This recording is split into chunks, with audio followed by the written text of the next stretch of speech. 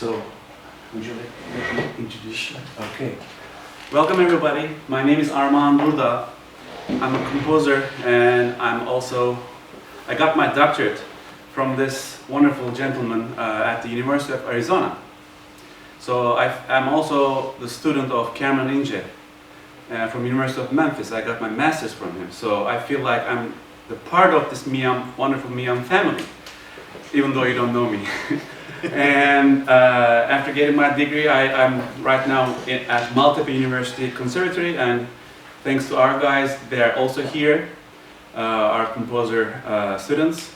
So thank you for coming and thank you for honoring us, and we are so happy to have Daniel Asia, one of the most prominent American composer, and he has the what was the name? American Arts and Letters Award from 2010. And he's been teaching at the University of Arizona for 30-something years. 33 years already, a long time. And he's been heading the department, so he's the head of the composition department, and he's a wonderful conductor as well. And he's been leading the contemporary ensemble of the Arizona University Fred Fox School of Music. So here he is. Thank you. Thanks for having me. It's a pleasure to be here. First of all, let me just ask, I know some of you already we've met. So how many are composers who are here? How many composers? Raise your hand high. Great. How many performers? And some performers. And how many just people who are interested in music? Oh. Well, okay. So we have performers, mostly composers and some performers as well. That's great. It just helps me know how to gear my discussion. So I will be talking a little bit about my life as a composer, because it's been a while now. I've been doing this for about 50 years or so, believe it or not. It's nice to be able to live this long and be able to write music. So I'll tell you a little bit about my background, and I'm going to intersperse that certainly with playing music. And so we'll talk a little bit about the relationship between life and our development as human beings and as musicians as we go through life, and how that changes also in our music. So I started music playing the trombone. Why the trombone? It's because I really wanted to play the clarinet. And I went into our music teacher in grade school, in primary school, and she said, "Your two front teeth protrude. It will be hard for you to fix the embouchure for a clarinet. Would you like to play the trombone?" And I said, "Sure, I'll play the trombone." So that's how it all started. And I discovered I had a certain aptitude for it. My father happened to have been a very gifted pianist who became a lawyer. And I loved playing the trombone. And in high school I had a wonderful teacher. His name was Peter Siebert. And I started playing the guitar as well at the same time, classical guitar. And he was a marvelous recorder player and interested in old music, believe it or not. So he got me interested in playing all of the recorder families. So before I left high school, I was playing trombone at a fairly high level, and classical guitar and singing, and also the recorders. I then went to a strange college. What do I mean by strange? It was a place called Hampshire College. It was brand new. And I thought that I would first try not to play music. And that lasted about 2 or 3 weeks. And I realized I just have to do music. This is who I am and what I need to do. So I formed a brass choir since I was a trombone player. And I'd also conducted the brass choir in high school. My teacher was very kind. I forgot to mention that I had to wear braces to correct my teeth. And you may or may not know, but it's very difficult to play the trombone with the embouchure with braces, because it hurts. It hurts. So if we need you know. You know. So he said, "Look, I'll start playing trumpet again, and you conduct." So that was when I began to see how all of this music was actually, how it looked on the page. So At Hampshire College, this was in the early 1970s, we had a custom-made Moog synthesizer. It was one of the first synthesizers.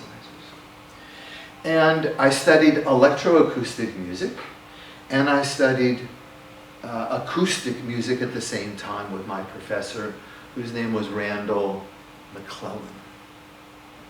Hampshire also was in a place called Amherst, Massachusetts, so there were a number of other colleges, and I was able to take courses at the other 4 colleges. One is Amherst, one is Smith, one is Holyoke, and one is University of Massachusetts at Amherst. And I was able to take courses at the other institutions, and I did so at Amherst and also at Smith College. And I had wonderful teachers besides Randall McClellan and a fellow named Jim McElwain, who was at Hampshire College. I studied also with Ron Pereira, a very fine composer, also of electroacoustic music and acoustic music. And then for a year with a composer named Stephen Albert, who later went on to win a Pulitzer Prize about 15 years later. So, what makes up a composer? Well, one is certainly the desire to write music, but it's also what? It's all of the music that you have heard, all of the music that one has studied, all of the music that one continues to study to make your musical personality. So I had played jazz on trombone. I was very much influenced by jazz of the late 60s, people like Pharoah Sanders, like Cecil Taylor, like Miles Davis. Quincy Jones, I played big band, and I was at the same time listening to Stravinsky and trying to piece all this together. Now, by the way, somebody like John Coltrane was also studying Stravinsky.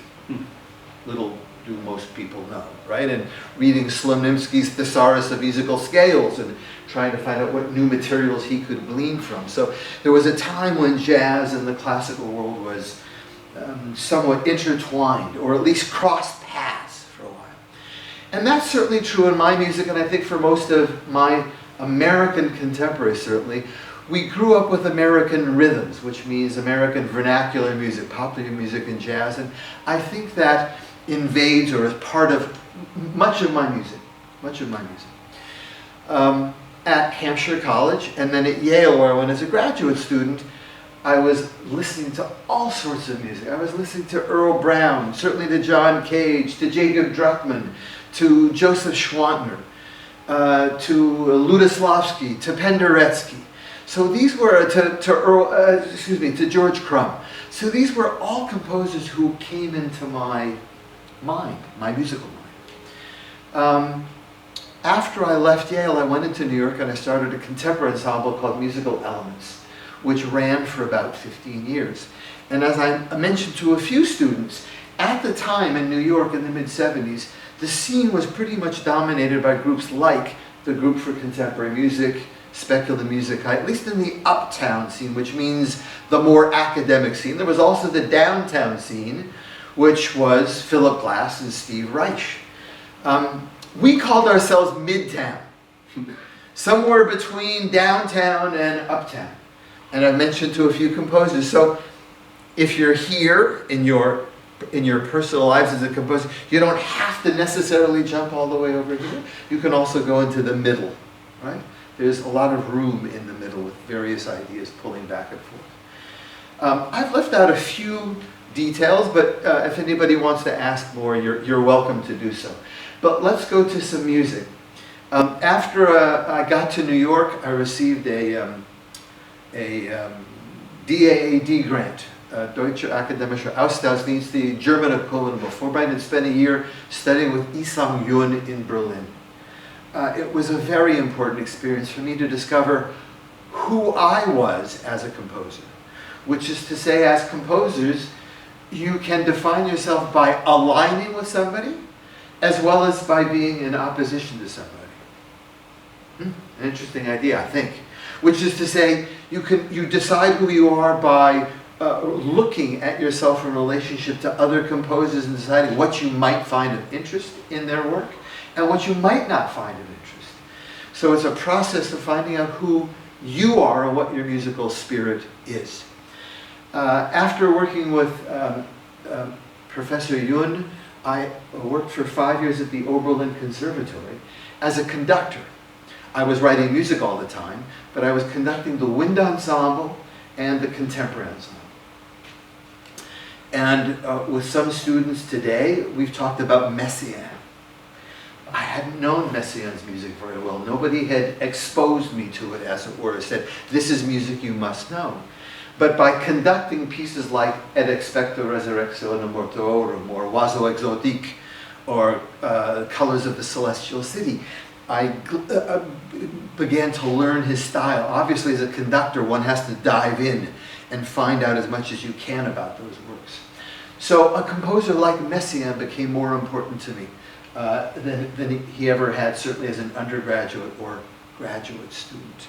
While I was at Oberlin, or let me rephrase that, I think it was just before we got to Oberlin, it was 1979, I ended up at the MacDowell Colony, an artist colony for visual artists and for musicians.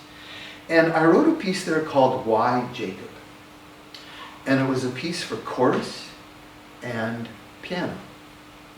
And it was commissioned by my former teacher, Peter Siebert, to inaugurate a new hall at the Lakeside School where I went as a high school student. And I just wrote the piece, not thinking too much about how hard it might be for high school students. So it's something to think about as a composer. If you're asked to write for specific forces or a particular kind of group, what kind of music might you write? This, I thought, was within the realm of possibility for them. So let me tell you a little bit about Why Jacob, and then we'll play the piece. Why Jacob, I decided it was for younger students. It was about my having grown up, in this case, in the city of Seattle. It was about a friend of mine who had moved to Israel, made Aliyah with his family, and then was one of the first Israeli soldiers killed in the 1973 war. Now, why would one write a piece about this experience to commemorate a hall?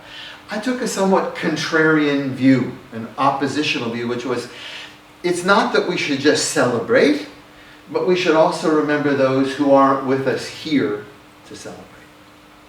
So the piece evoked, and very clearly and specifically, images of Seattle. So there are texts, but you're not going to hear the text, that mentions things that one would know about a green place, which Seattle was, with water. I mean, something here like in Istanbul, the landscape, but when I look at the water and the land on either side, it reminds me very much of Seattle, I have to tell you. It surprised me. Of death, of somebody who isn't with us, of mortality, by definition, therefore, who we are as human beings. We live, we were born, we live, and then we die. That's part of all of this. And then the celebration of life in all of this. So how is this evoked in musical materials? So I never wrote, quote, a tonal piece before this piece, or where parts of it were tonal. But it seemed to me to evoke nostalgia. I wanted to present music in an older voice, combined with music of a, quote, newer voice. And part of my task or goal was to somehow create the intersections where you didn't quite know when you were leaving one or entering another, or vice versa. That was part of the compositional exercise, as it were. So at Oberlin, I was asked to produce a piece for a large piano concert. I don't remember the genesis of it. I don't even remember exactly what the requirements were. But I decided to make a piano version, only a piano version, solo piano, of Why Jacob, which had been for piano, and then chorus, and also a speaking section. So this is Why Jacob. I think it's it's about 8 minutes long.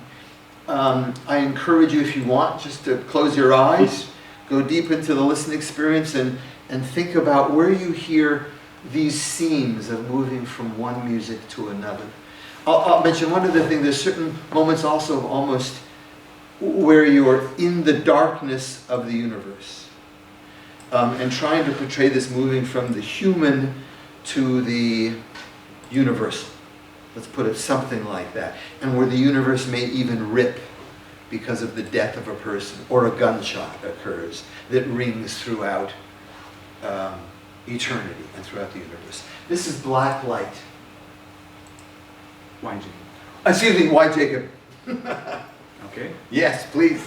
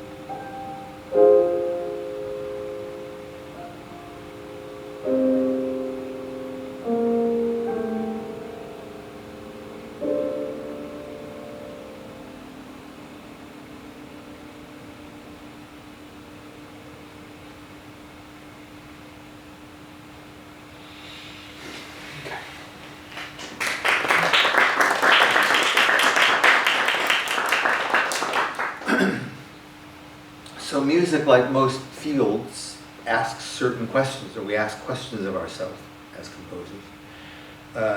So did I achieve what I hoped to do so in this piece? I think so.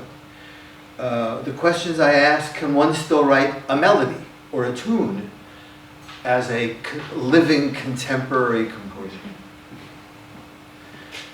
Messiaen said, melody is supreme.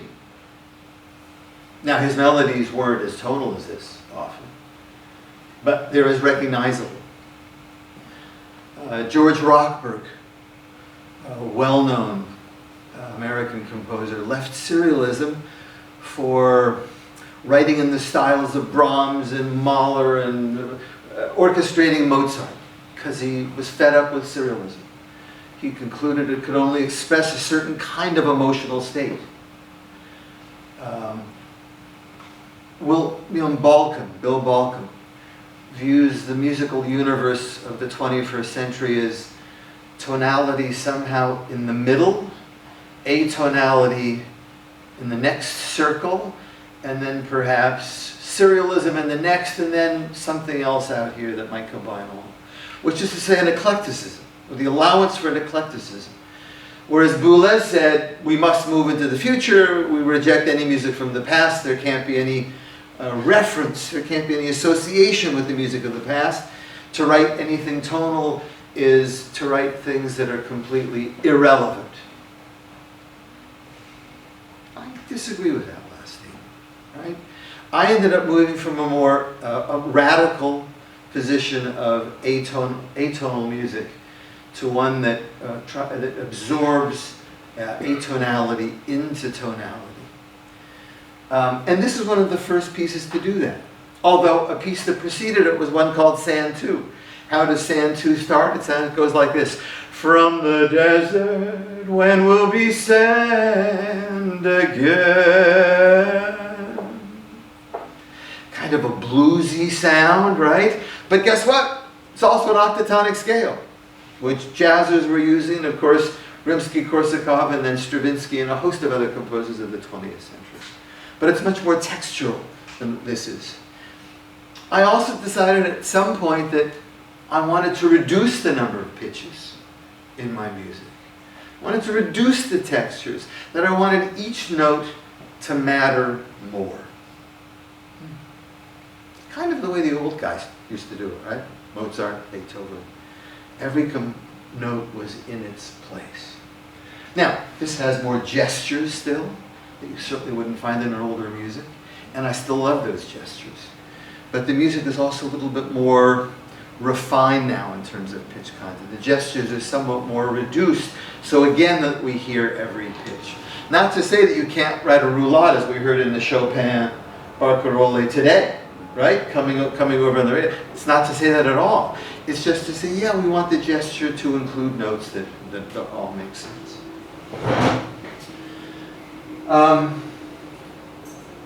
The piece, you notice, doesn't quite finish.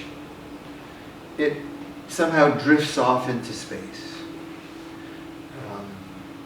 There's a line of the Israeli poet Yehuda Amichai, of a soldier who's lying in the field, flowers around him, and only at the very end is his blood flowing out, providing the nourishment, in essence, for the flowers.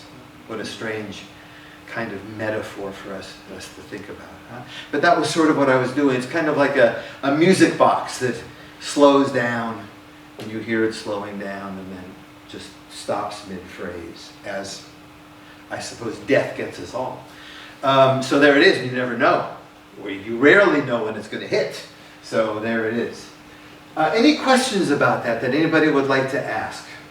And I really mean that quite sincerely. If there's anything that you'd like to comment on or say about a piece or about a statement of mine, I'm happy to engage with you in conversation. Sir?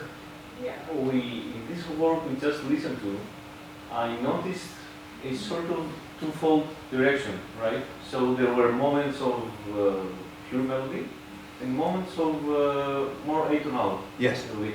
So how did you think of it? How did I handle that? somehow, how do you think the whole process? And they were very separate.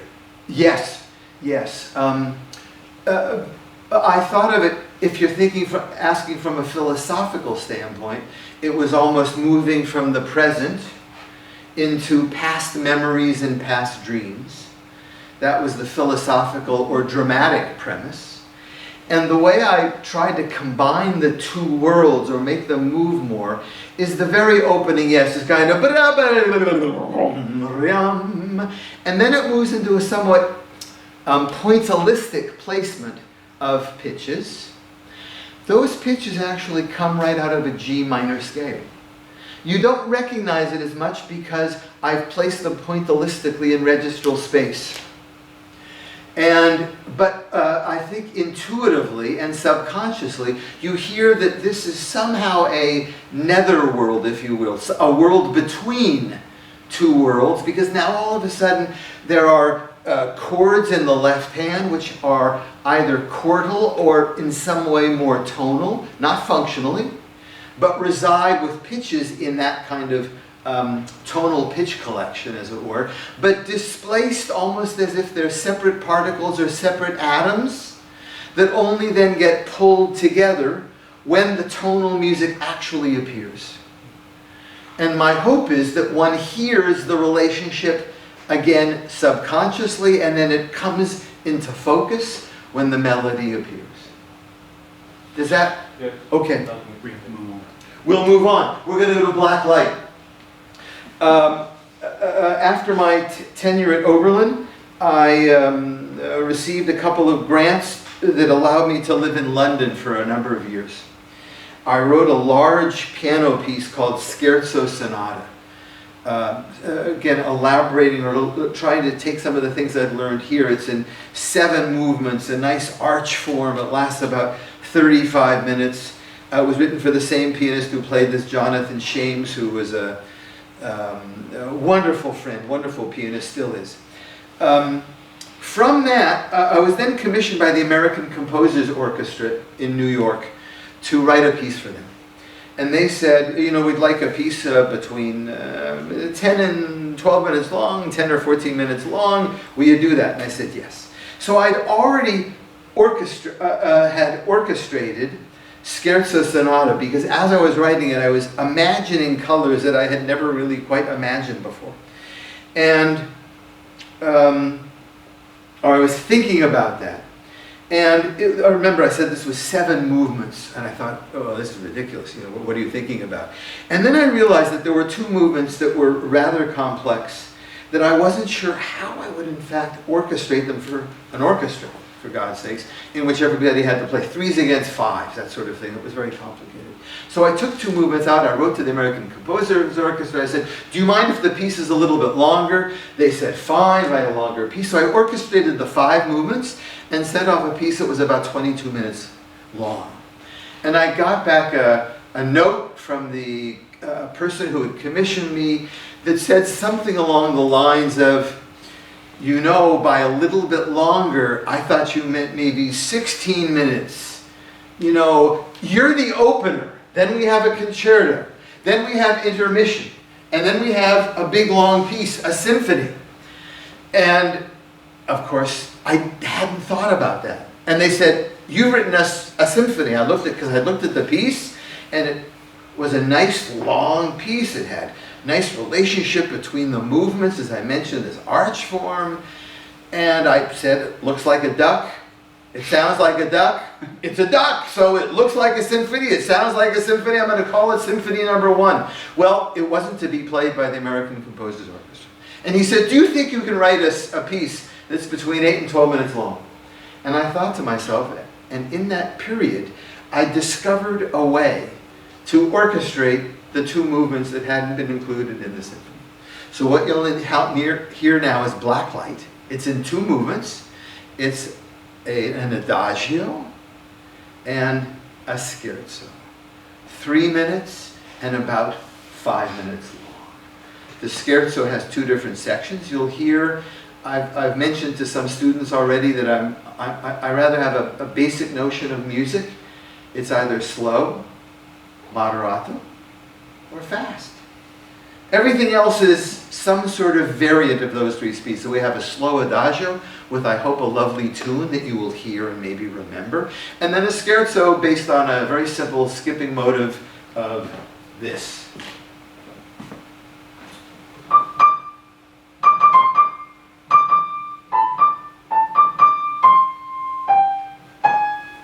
You'll hear something like that. Okay, I'm close. I'm close. I'm a little Right. Yeah, so we're going to play Black Light. Here we go. Black Light. 2 movements.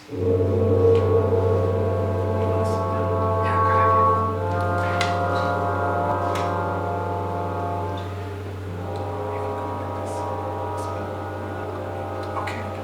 We might just play one movement to find madness. It'll be fine. I'll play games. I'll play games.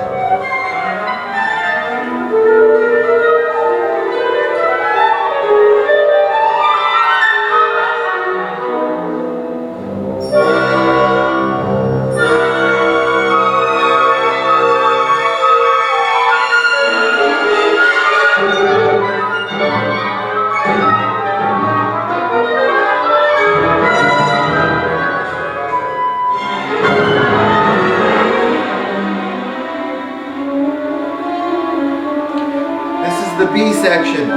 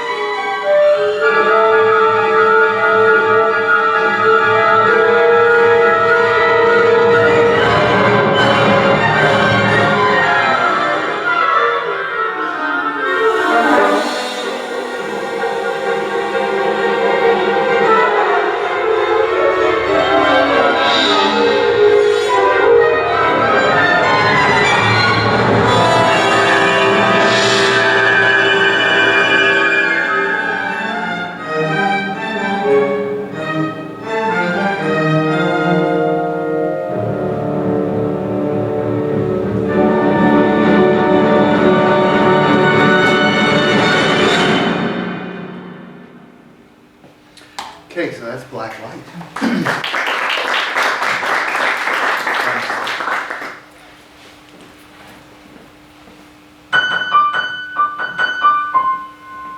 That was the theme. So in set terms, the 026, which I combine with another one. That's the hexachord that's involved in almost all of the harmonies of that second movement. Now, if we just play this, as exhibited at the very end, we're in D, aren't we? With a flat 7 for those people who like jazz, right? So a little bit of ambiguity. End of the first movement, by the way, was this.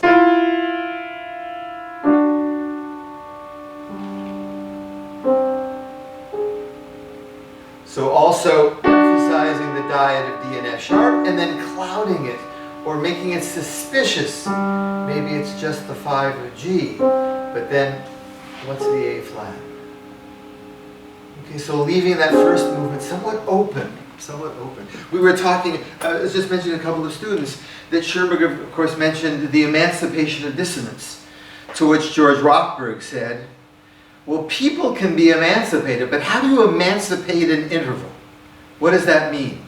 In other words, in most contexts, isn't a minor second, I said in most contexts, more dissonant than that? And don't we lose something if we don't retain the concept of dissonance and consonance?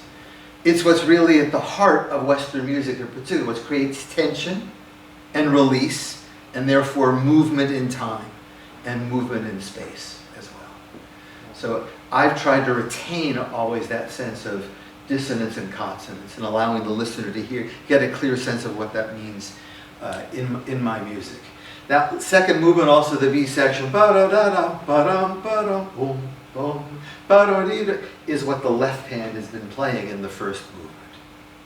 Okay, so trying to, again, relate the movements, keep them coordinated, keep them in relationship to each other. There's also an incredible amount of repetition, even in the first movement. Ya-da-dee, ya-dee-dum, da-dee-da-dee, da-dee, da-dee. I don't know, if you have a good tune, why not repeat it with slight variation? I'm willing to buy Schoenberg's concept of continual variation, but not to the extent that, or almost not to the extent that you can't relate it to the original from which it came, from which the variation itself came. Any questions about black light? Yes, sir. Professor Asia, are you inspired by any kind of folk music in this piece? If yes, which regions do they belong to? And most of all, must one study or use folk music in order to achieve the ultimate success? That's what bugs me the most these times. That's what you're thinking about. Yeah. Is that, got it. Boxing. I'm sorry? That's what boxing.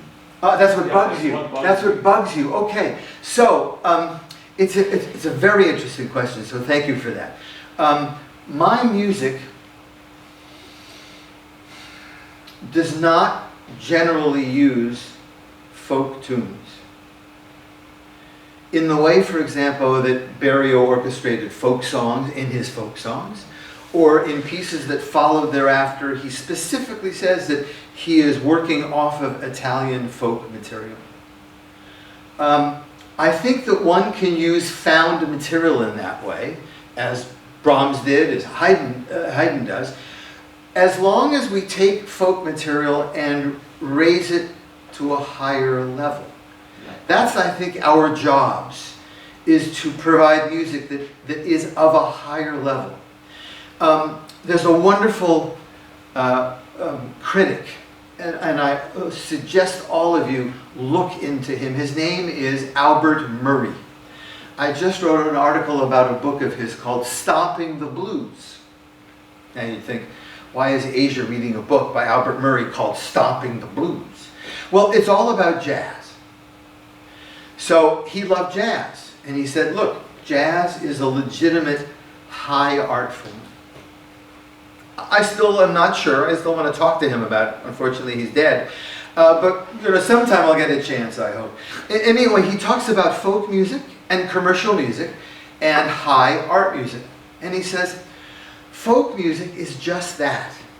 It's of the folk, which is to say it's mostly something that's learned by rote, and it represents the people, but its individual musical qualities are rather low. It doesn't allow for much expression by the individual. He says commercial music, by definition, is not very interesting music because it's written for a specific job, task to go with something. So he puts almost all popular music in that category. He detested rock and roll. He wasn't very much interested in the blues for the same reason, because he said the blues are pretty much all the same. Okay, I could have an individual performer like B.B. King who might do something a little special with it, but how high does it go in terms of its individual soul content? In the music itself, not in the performance. And then he says classical music, and he specifically states this. He says classical music, the best jazz guys, as I already mentioned, Coltrane, was studying Stravinsky. Right? He wanted to know how that guy did what he did, because he saw what was going on in Stravinsky's music.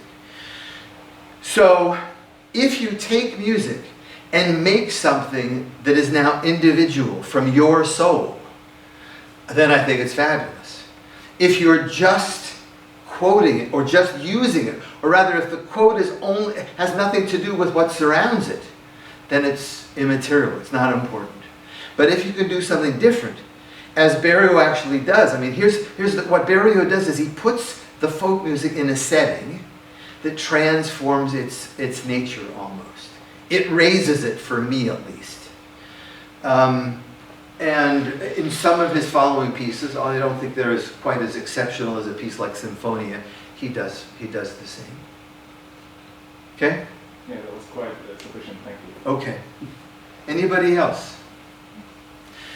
Let's play a little bit of Gateways. Yes, we need to play all of Gateways. Gateways is a 5-minute piece.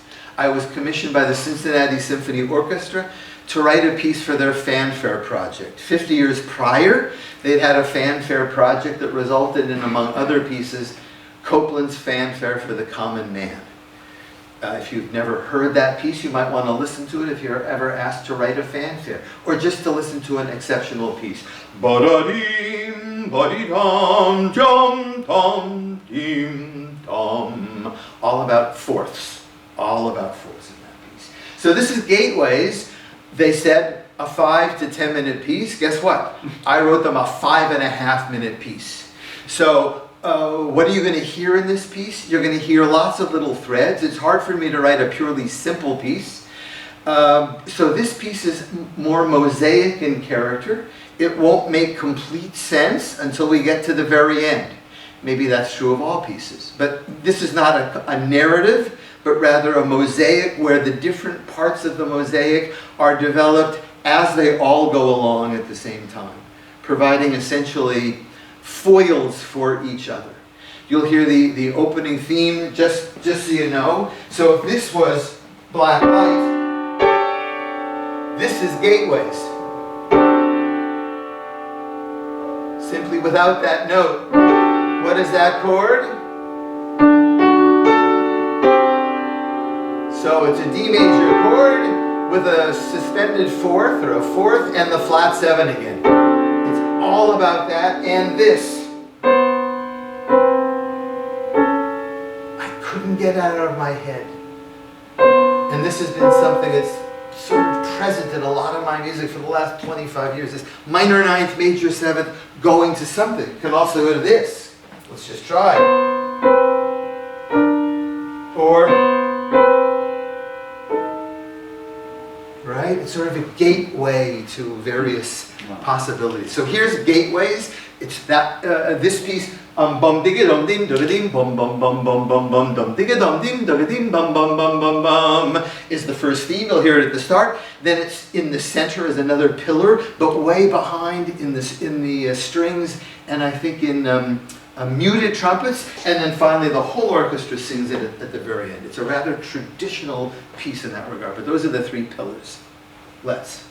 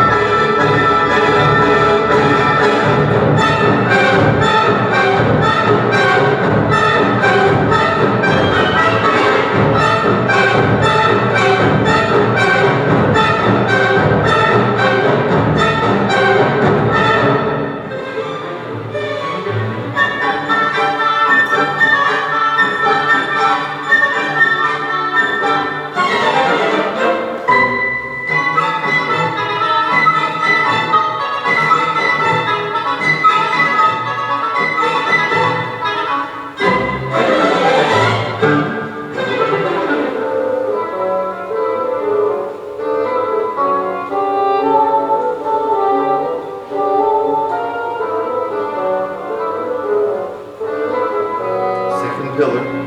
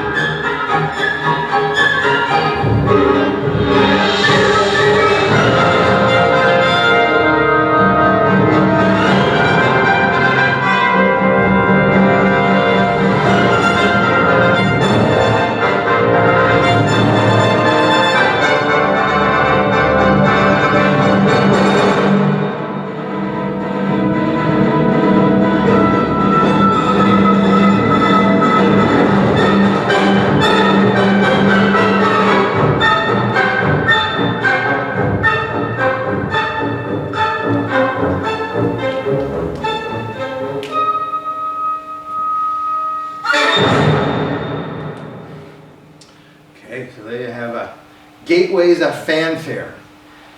I was talking with a number of students about rhythm. So, da da da da da da da da da da.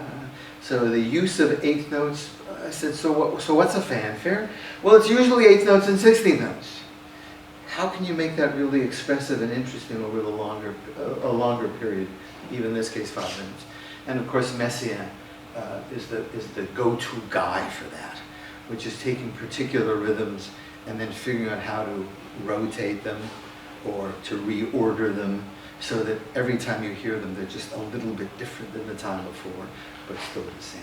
And that was part of my fun in this piece, as well as slicing and dicing up musical material and putting it together as one almost would in the studio. Or as Stravinsky did at various places in Kaleidoscope. Any questions? Any comments? Okay, then you know what? We need to stop by about 7:25, Okay. don't we? Right? Yeah. So you're. Do you want to introduce what they're going to play? Maybe. Yeah, if we play a little bit of the opening of A Lament, Okay. we'll just play a little bit. So I became composer in residence of the Phoenix Symphony in the early 90s, and began to hear the orchestral repertoire on a regular basis, and was commissioned to write a third symphony, and then a fourth symphony, and a piano concerto, and then a cello concerto. The cello concerto, the middle movement, became the piece called A Lament. So I'm going to play just a little bit of that for you at maybe a couple of minutes, just so you get the quality. It's pretty clear what a lament is, so you'll hear this version, and we'll just play 3 or 4 minutes. We're going to go to shorter segments right now.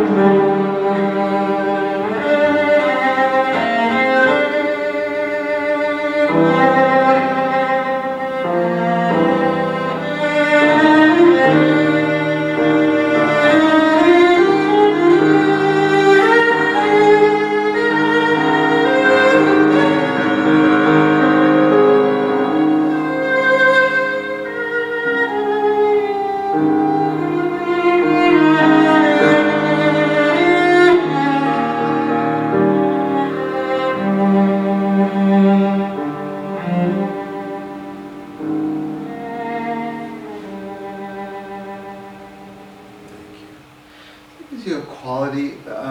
I've written many pieces with a text by a fellow named Paul Pines, and also religious texts from the Jewish Bible, the First Testament for Christians, or what is it called for Muslims? Is it the Jewish Bible or Tevrat? The Tevrat, the Torah.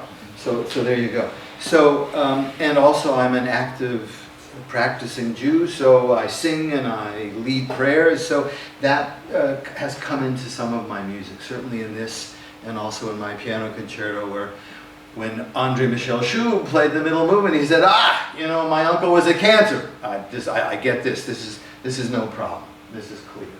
So I'm going to play you one movement from a piece called Divine Madness, which is a large song cycle of about 50 minutes, based on text by, again, Paul Pines, my colleague of 40 years, who died just a few years ago. And it's about the American experience. And this piece that I'm going to play we're going to play Leonard Bernstein. You've all heard of Leonard Bernstein. And it's about him at the end of his days conducting Beethoven's Seventh in a performance that I think both Paul and I were in attendance at Tanglewood, which is the summer home for the Boston Symphony Orchestra. And I encourage all composers to find a poet or find poets that you really love and set their texts. Why? Because it forces us to think compositionally in new ways. It pushes us out of our comfort zone, because if we're true to the text, we have to find a way of setting it that may or may not be the way we would have thought our musical language or intuition would lead us immediately. So for all of you composers, think about writing a song or a song cycle, something of that sort. So yeah, this score is kind of, yeah, we'll see parts of it. It's not going to fit. So just so you know, yap-ba-da-ba-da, yik-ga-dal-vi-yik-ga-da-shemei-rabah. which is the rhythm of the prayer of morning. So that's what you're going to hear expressed on a number of occasions in this piece. Jacob Druckmann also did the same in a piece of his called Oriole, which he wrote when he was conductor of, when he was composer in residence for the New York Philharmonic, and they were going on tour, and he wanted to honor Leonard Bernstein, who had been a conductor of the New York Philharmonic many years before. Okay. I'm not going to follow this because it's going to be... That's fine, that's fine. So let's just listen. Okay.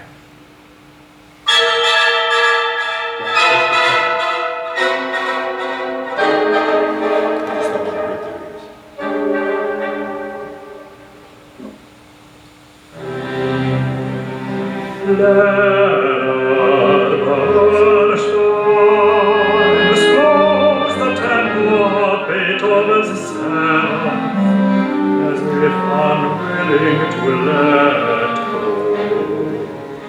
Eyes closed, his music beneath the music, the way it plays him, its theme of time decline.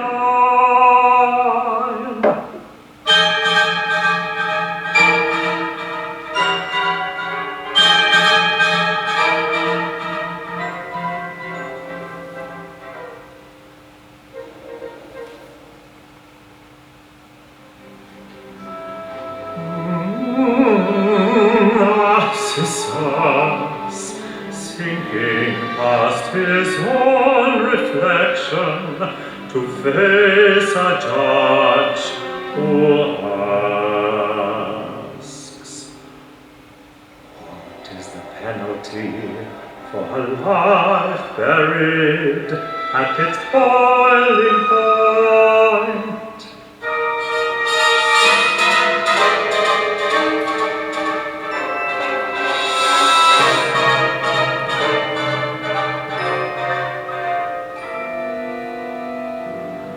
There are still days when things fit, moments when randomness is revealed as harmony, and there's no such thing as accident, only effortless composition, where the music beneath the music becomes a pathway for stolen far, the darkness of a holocaust, the silent cries of children etched in aging faces.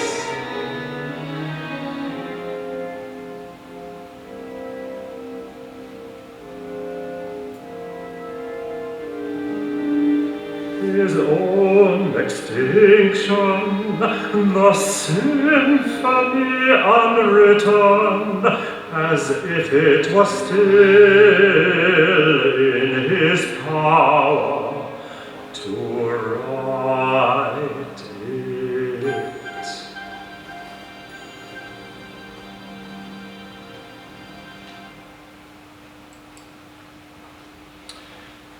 Any questions? Comments? Okay, then I'm going to close with a piece called The Mad Hatters. About 15 years ago, could be a little bit more, I wrote a disc of electroacoustic music called Sacred and Profane. Sacred and Profane. This is one of the profane pieces.